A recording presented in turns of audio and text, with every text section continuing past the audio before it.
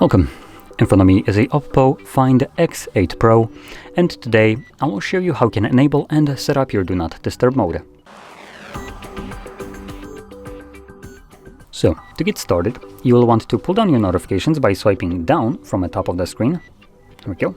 Do that once more, which will then extend the list of toggles. And now simply find the Do Not Disturb mode. For me, it is on the first page right over here, but you might find it on other pages. Once you see this toggle, I recommend holding it the first time, as this will quickly take you to the settings where you can customize how the mode will function once enabled. So go over these options right here, customize them to fit your needs. Additionally, also you can set up the schedule mode in here if that is something that you want to utilize. And if you're planning to do so, just make sure that your schedule is toggled on in here like this.